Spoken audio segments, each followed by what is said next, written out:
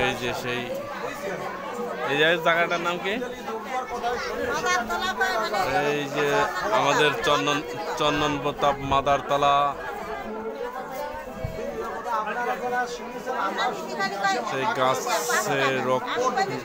গাছ দিয়ে রক্ত পড়ছিল সেই জায়গা আমরা এখন আসছি। আমি আমার মা আরো অনেক লোকজন এখানে আসছে। এই যে সেই মাঠের চারিপাশ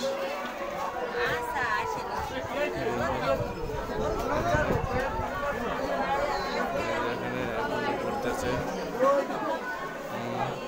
এই মাদার গাছ থেকে অনেক রক্ত পড়ছিল এই গাছ থেকে।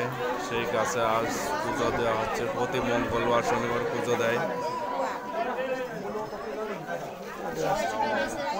ওই গাছটা কেটে ফেলছিল বলে ওই গাছটা আবার তাজা হয়েছে।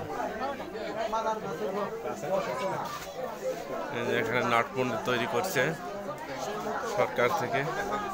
জনগণ এখানে সবাই সেবা করে।